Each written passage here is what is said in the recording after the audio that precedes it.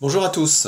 Dans cette vidéo, on se propose d'analyser le modèle cinématique de la cheville d'un robot humanoïde. Alors, le robot en question est le robot Lola, qui est un robot développé par un laboratoire munichois. Alors, on montrera que le modèle d'une partie de la structure de la cheville du robot est hyperstatique, et nous verrons comment envisager une solution constructive isostatique. Alors, comme l'indique le tableau ici, la cheville qui nous intéresse possède 2 degrés de liberté qui correspondent à 2 rotations perpendiculaires, symbolisées ici par 2 cylindres, un vert et un violet, d'axes perpendiculaires. Ces 2 degrés de liberté, degrees of freedom en anglais, correspondent donc au mouvement de roulis et de tangage indiqués sur le schéma cinématique. Ces mouvements sont obtenus au moyen de 2 actionneurs qui vont entraîner en rotation 2 vis, la vis droite ici et la vis gauche, dans le but de déplacer le chariot droit en bleu clair et le chariot gauche en bleu marine. Les chariots, en se déplaçant, ils vont agir sur d'une part la bielle gauche et d'autre part la bielle droite, de façon à entraîner en rotation le pied suivant l'axe de tangage, l'axe de roulis, ou bien par une rotation combinée. Alors, si les vis tournent à la même vitesse et dans le même sens, on obtient le mouvement de tangage. En effet, chaque chariot aura tendance par exemple à descendre à la même vitesse, ce qui va avoir pour effet de faire pivoter le pied par rapport à l'axe de tangage. Si les vis tournent toujours à la même vitesse, mais cette fois-ci en sens inverse, donc on aura un chariot qui par exemple va monter et l'autre qui va descendre. Et sous l'effet des biellettes, le pied va tourner autour de l'axe de roulis. Donc pour obtenir le mouvement de tangage, il faut que les vis droite et gauche tournent à la même vitesse et dans le même sens. Pour obtenir un mouvement de roulis, il faut dans ce cas que la vis droite et la vis gauche tournent à la même vitesse mais en sens inverse. Alors dans cette application, on va s'intéresser particulièrement à la transformation du mouvement de rotation d'une des vis en mouvement de translation d'un des 2 chariots. Cette transformation de mouvement va se faire de manière tout à fait classique au moyen d'une liaison hélicoïdale. Et j'ai repris ici le schéma cinématique de la structure qui va nous concerner, qui reprend celle du robot Lola. Donc on retrouve une liaison pivot, une liaison hélicoïdale et ici une liaison glissière.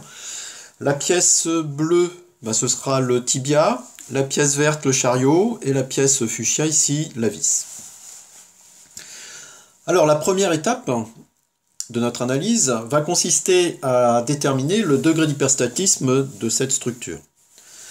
Pour ça, on va écrire la loi globale, c'est-à-dire H, le degré d'hyperstatisme, est égal à MC, mobilité cinématique, moins IC, nombre d'inconnus cinématiques, plus 6 gamma, gamma étant le nombre cyclomatique. J'ai tracé un graphe des liaisons qui fait apparaître donc les 3 solides constitutifs de la structure, à savoir le tibia, que l'on notera grand T, la vis, grand V, le chariot, grand C. Entre le tibia et la vis est mise en place une liaison pivot, entre la vis et le chariot une liaison hélicoïdale, et entre le chariot et le tibia une liaison glissière. Chacune des liaisons va introduire une inconnue cinématique, donc au total, IC sera égal à 3. D'autre part, le graphe des liaisons possède un cycle, gamma vaut 1. Finalement, H est égal à MC. Ici, il n'y a qu'une seule mobilité utile, il n'y a pas de mobilité interne, MC vaut 1, IC vaut 3, et 6 gamma vaut 6. Donc H vaut 4. Le modèle cinématique qui est retenu est donc hyperstatique d'ordre 4. Ce qui veut dire que 4 conditions géométriques doivent être respectées pour assurer le montage de cette structure. Alors la deuxième étape va consister à déterminer ces conditions géométriques. Pour ce faire, la démarche que nous allons mettre en œuvre consiste tout simplement à écrire un bouclage cinématique, puis analyser les équations du type 0 égale à 0, obtenues en projetant le bouclage cinématique sur x0, y0 et z0.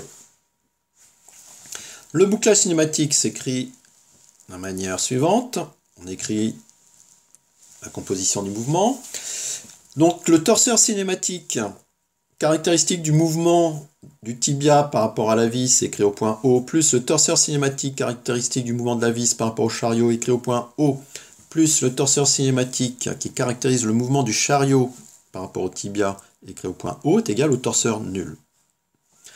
Concernant l'écriture des torseurs cinématiques, j'ai adopté l'écriture classique PQR pour les composantes du taux de rotation suivant x0, y0 et z0, UVW pour les composantes du vecteur vitesse suivant x0, y0 et z0.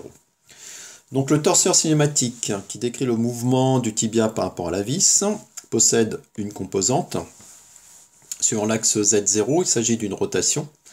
En effet, entre le tibia et la vis, nous avons une liaison pivot donc, qui autorise ce mouvement. Concernant maintenant le torseur cinématique qui décrit le mouvement de la vis par rapport au chariot. La liaison donc, entre la vis et le chariot est une liaison licoïdale, d'où le torseur cinématique, avec ici une composante, une rotation donc, suivant Z0 et une translation suivant Z0, sachant que les deux composantes sont liées. Voilà, et puis donc le troisième torseur cinématique qui décrit le mouvement donc, du chariot par rapport à la tige, sachant qu'on a une glissière entre les deux, avec une composante sur Z0 qui traduit donc la translation du chariot par rapport à la tige suivant l'axe Z0. Au final, nous obtenons un système d'équations, un système de 6 équations, et parmi lesquelles on va retrouver 4 équations du type 0 égale 0.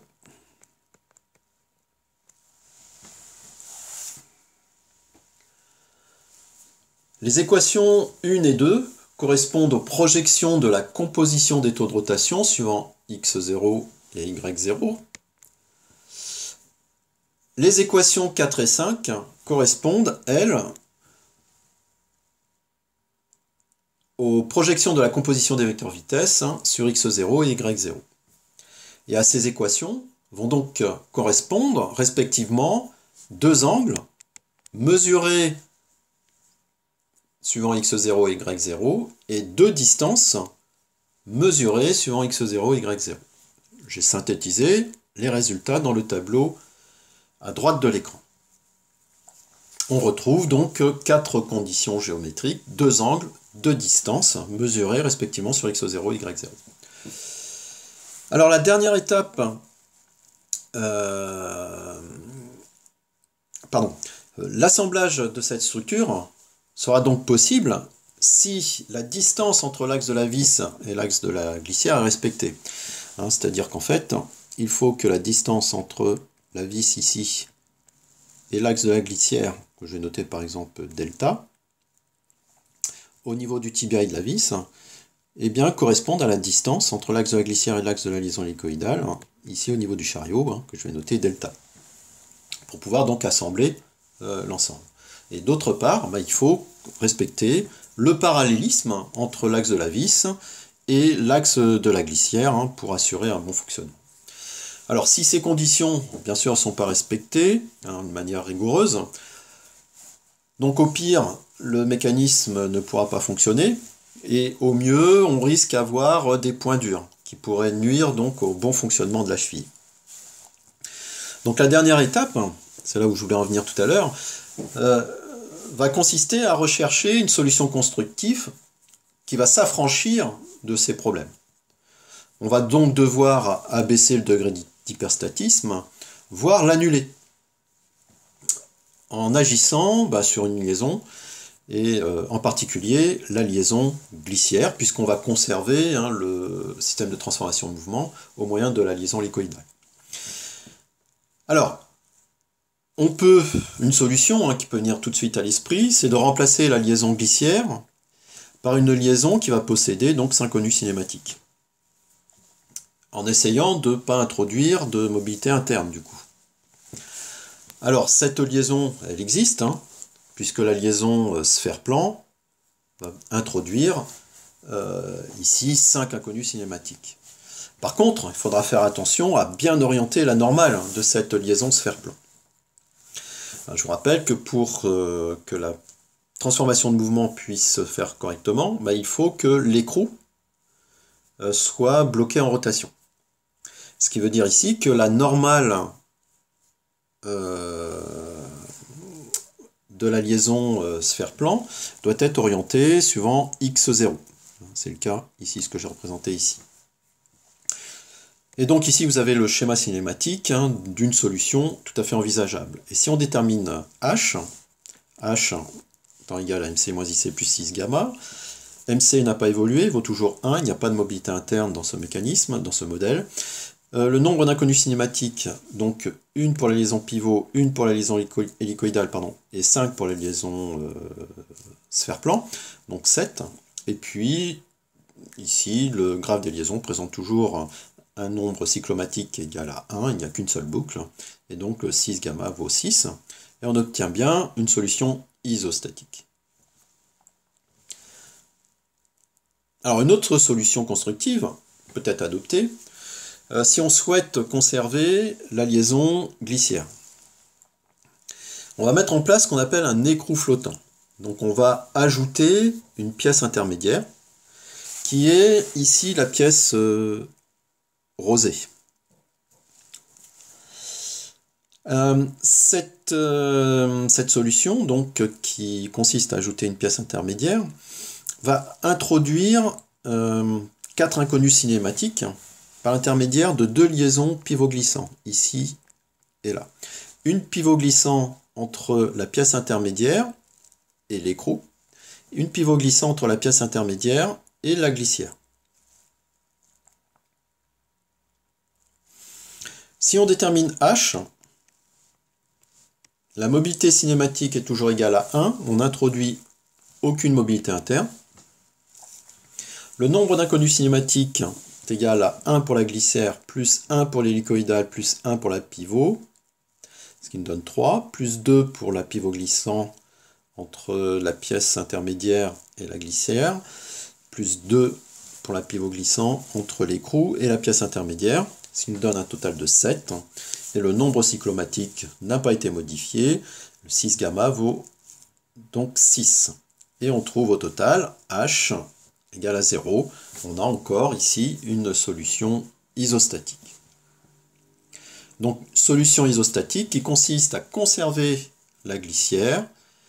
Par contre, on est obligé d'introduire une pièce intermédiaire. Dans le cas de cette solution constructive classique, on s'affranchit des conditions géométriques qu'on a mises en place tout à l'heure sur l'anthrax et sur le parallélisme.